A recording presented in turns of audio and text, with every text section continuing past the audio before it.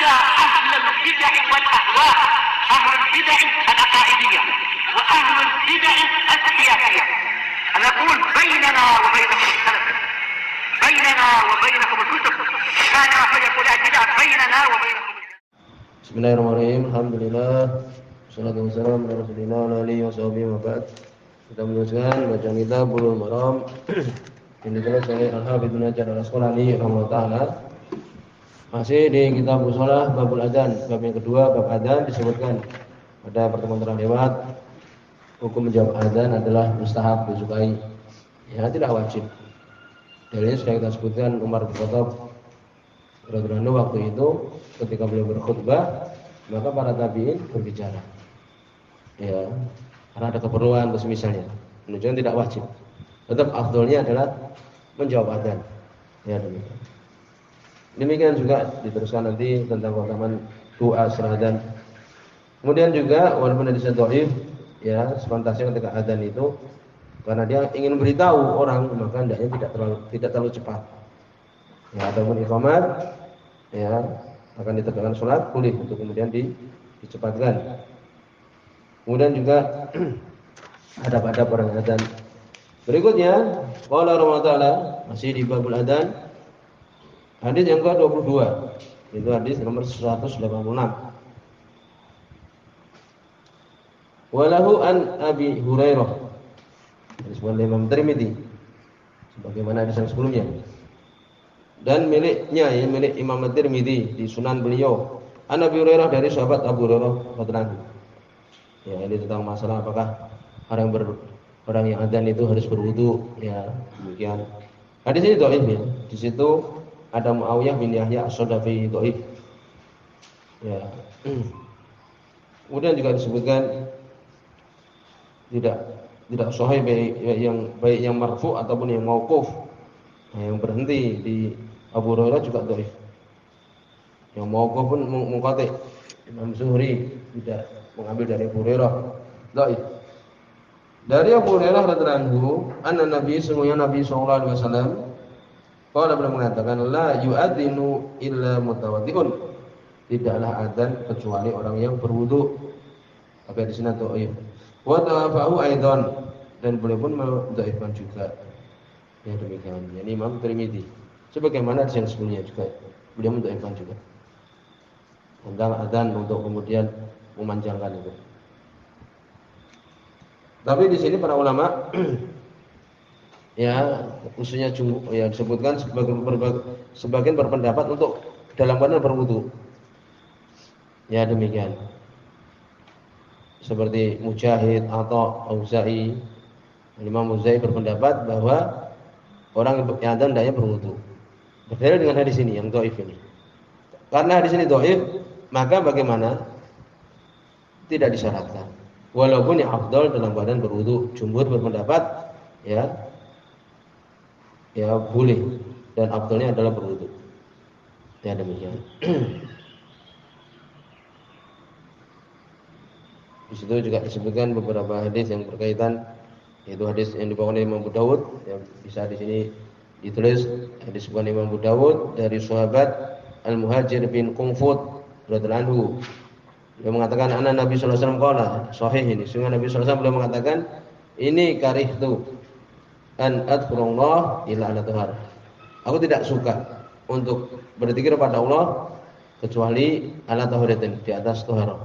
Ini berarti afdalnya kan itu. Belum enggak suka ketika berzikir karena adzan termasuk zikir. Aku enggak suka kalau kemudian adzan aku tidak suka kalau kemudian ya berzikir pada Allah dalam badan ya tidak dalam keadaan berwudu. Ini menunjukkan apa? Beliau tidak suka saja, ya. Bukan berarti terlarang ketika orang itu adzan tidak berwudu. Ya. Kesimpulannya adalah afdalnya dalam keadaan berwudu. Hadis tadi dhaif, ya. La yu'adzin illa mutawaddi. Lalu bagaimana sekarang kalau junub, seorang junub? Apakah boleh adzan? Ya, jumhur berpendapat ijza. Ini memenuhi. Walaupun afdalnya ya hendaknya dia mandi, ya demikian, berwudu, kan demikian. Karena tidak ada dalil yang menunjukkan larangan bahwa orang yang junub tidak boleh adzan, tidak ada. Ya demikian. Di situ ada hadis karena Nabi sallallahu alaihi wasallam yazkurullah ala kulli ahyani. Adalah Nabi sallallahu alaihi wasallam beliau berzikir kepada Allah di setiap keadaannya. Ya demikian. Boleh Imam Muslim dari hadis Aisyah radhiyallahu anha. Selesai. Berarti afdalnya adzan dalam keadaan berwudu. Walaupun boleh, ya tidak berwudu boleh. Demikian juga bahkan junub memenuhi syarat. Berikutnya hadis yang ke-23. Ya, dan itu hadis nomor 187 di buku ini.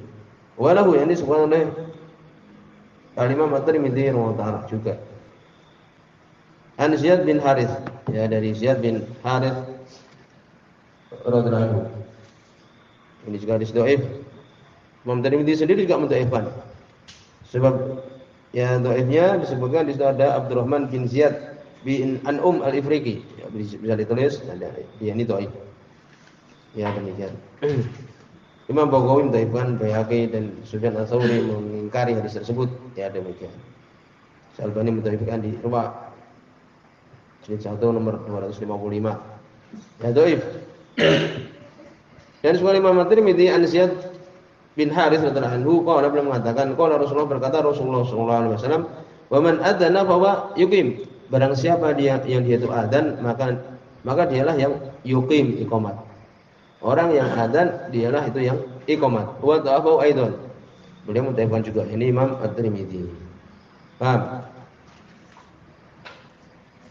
Kemudian disebutkan wali Abi Daud dan juga Imam Abu Daud rahimahullah taala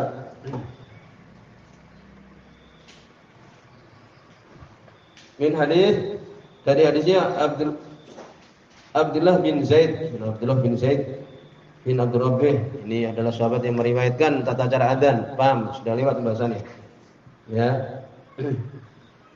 Hadis itu juga ya di situ ada Muhammad bin Amr al-Waqifi.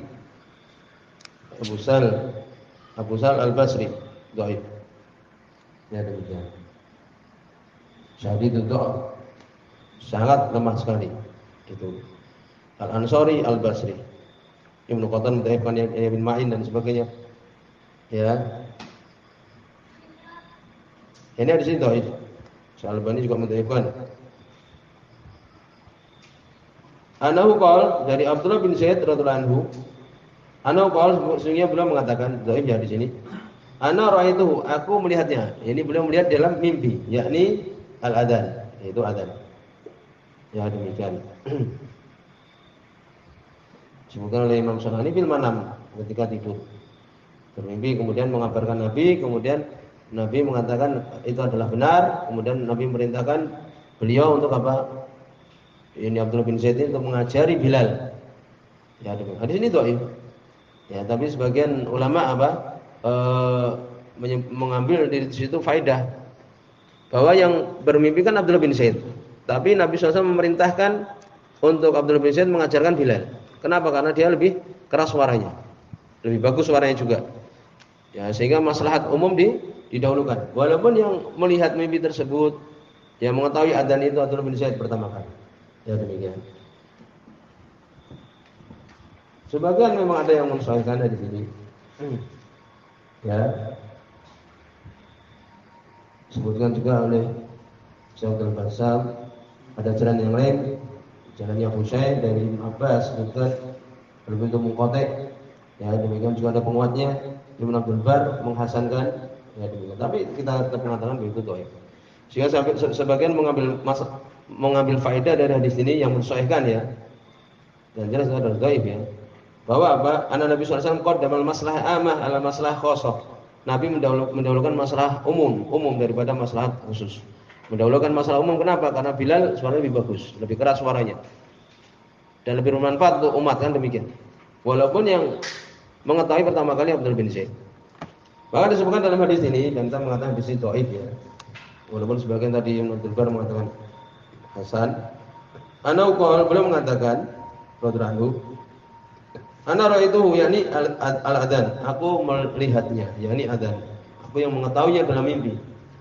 Wa ana kuntu uridu. Dan aku kuntu uridu. Sebenarnya aku ingin adzan, aku yang ingin adzan sebenarnya karena aku yang melihat pertama kali. Tapi bagaimana Nabi mendahulukan Bilal? Masalah lebih tinggi. Qala Maka Nabi mengatakan, Pak Hakim anta, maka iqamalah engkau. Nah, iqamat saja kan itu. Jadi Ibnu Hajar sengaja menyebutkan hadis ini walaupun beliau pun nanti menyebutkan bahwa itu dhaif.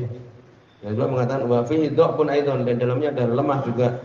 Karena tadi Muhammad bin Amr Al-Waqifi tadi Al-Ansari. Ya, tapi sengaja beliau menyebutkan di sini bahwa boleh orang yang dia itu tidak adzan untuk iqamat. Nah, itu.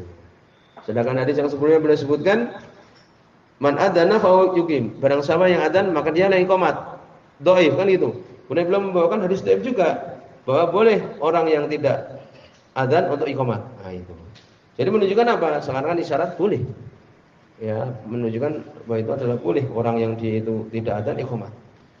Ya, mungkin orang yang adzan malah dia santai-santai entah kemana malah orang yang di masjid itu yang perhatian. Ya, kadang kita perhatian gitu, yang adzan malah enggak tahu gelap kemana. Akhirnya yang lain itu yang dia adzan, kan itu.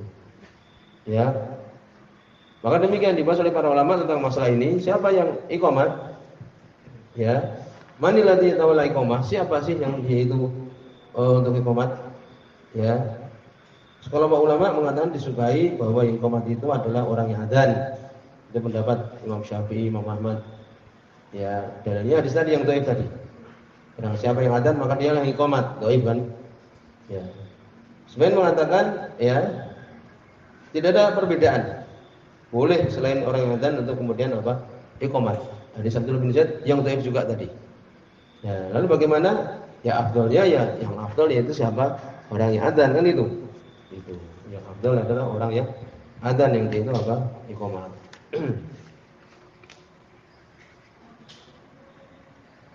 Kemudian berikutnya hadis nomor 25. Wa Abu Hurairah, dari sahabat Abu Hurairah radhiyallahu anhu.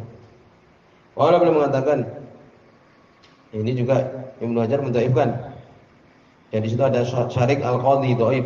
Syarik bin Abdullah Al-Qadhi ini dhaif dia.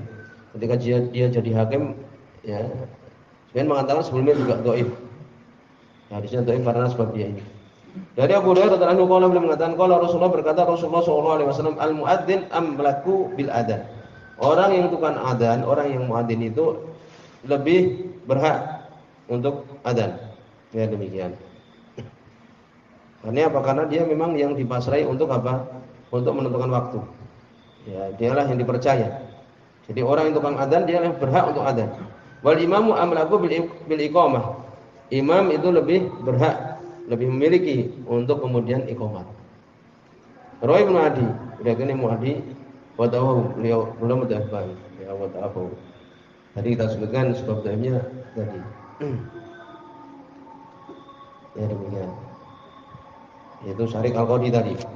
Walil Baihaqi, dan disebutkan oleh Imam Baihaqi nawahu semisalnya an Ali, dari Ali bin Abi Thalib. Ini sahih ini. Sahih bahwa Ali bin Abi Thalib mengatakan demikian. Radhiyallahu min qouli, dari ucapannya sahih. Paham? Jadi Ali mengatakan demikian bahwa orang yang muadzin ini yang berhak untuk adzan, imam yang berhak untuk kemudian ditegakkan iqamah. Ya, gitu. Hadisnya adalah dhaif ya. Dari sinilah para ulama berdalil masalah ini ya, dengan asar Ali bin Abi Thalib tadi bahwa orang yang muadzin yang berhak untuk adzan. Karena dia mengetahui waktu adzan. Demikian juga imam, dia yang berhak untuk kemudian ditegakkan imam, yakni tegakkan salat. Walaupun hadis itu dhaif ya, di situ ada riwayat dalam Sahih Bukhari, Sahih Muslim, hadis Aisyah, Ibnu Abbas dan sebagainya.